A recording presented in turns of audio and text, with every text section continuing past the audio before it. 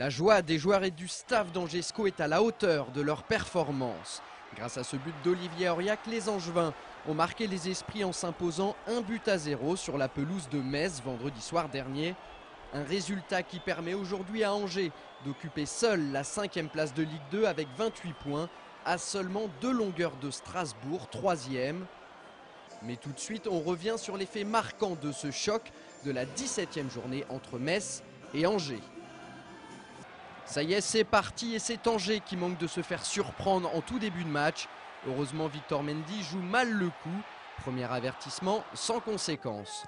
Le SCO réagit rapidement par l'intermédiaire de Philippe Brunel. L'ancien Lensois enroule bien sa frappe, mais le portier messin est sur la trajectoire. À peine 10 minutes plus tard, sur un nouveau renversement de jeu de la part des hommes d'Yvon Pouliquin, la défense angevine est en retard. Padovani a bien senti le coup et sort à point nommé. Sur ce coup-là, le SCO a eu chaud. On passe maintenant à la fin de la première mi-temps, le moment choisi par Angers pour sortir le grand jeu. De loin avec la relance pour Vinicius. Vinicius est à 20 mètres. Allez, il peut tenter sa chance. La frappe. Elle est belle. Et oui, c'est un retour. Et c'est finalement Auriac qui traîne dans la surface de réparation. C'est tel un renard des surfaces qu'Olivier Auriac vient inscrire son 4e but de la saison en championnat. Déjà au départ de l'action, le milieu angevin a bien suivi pour venir tromper de près un Omar Sissoko pas exempt de tout reproche sur cette frappe de Vinicius. Ouais, but de raccro, mais bon, il faut les mettre au fond. Donc voilà, mais franchement, je suis content, tant mieux pour moi, et puis tant mieux pour l'équipe, c'est surtout l'équipe le plus important. À la pause, le SCO mène 1-0. J'ai même eu un petit peu peur en première mi-temps parce qu'on avait tellement de maîtrise technique que j'ai dit, s'ils interceptent, ils vont nous faire mal avec leur vitesse, je sais qu'ils aiment ça. Mais bon, on a joué juste. Après le retour des vestiaires, le SCO continue à jouer juste. Après cette percée de Charles Diers, Vinicius est à 2 doigts de doubler la mise.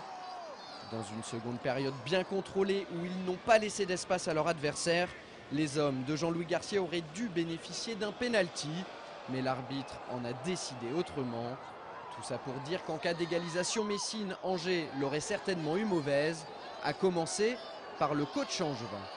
Je le dis quand même si on a gagné, mais une nouvelle fois ce soir, il y a un pénalty indiscutable sur Paul Alouefoulou. Ça fait 20 mois qu'on ne nous a pas sifflé un pénalty. Au final, Angers frappe à nouveau un grand coup dans ce championnat en l'emportant 1-0 chez un de ses concurrents directs.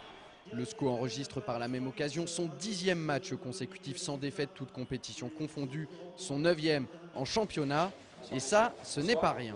C'est une grande victoire parce que il me semble qu'elle est acquise avec beaucoup de contrôle. Ce soir, nous avons contrôlé le match de la première à la 90e minute contre un tel adversaire. C'est vraiment quelque chose d'exceptionnel. Je suis vraiment fier de mes garçons. Moi, depuis que je suis au club, on me parle d'humilité. C'est ce qui fait notre force. Donc on va continuer comme ça et c'est sûr qu'on n'est pas con, on va pas se dire on va pas jouer la montée, on va arrêter de gagner pour qu'on arrête de nous poser des questions. Tant qu'on gagne et qu'on prend du plaisir comme ça, je vois pas pourquoi on s'arrêterait. Et puis demain, nous vous proposerons un SCO News exceptionnel au cours duquel vous pourrez vivre de l'intérieur le déplacement des joueurs du SCO à Metz. Un conseil, c'est à ne louper sous aucun prétexte.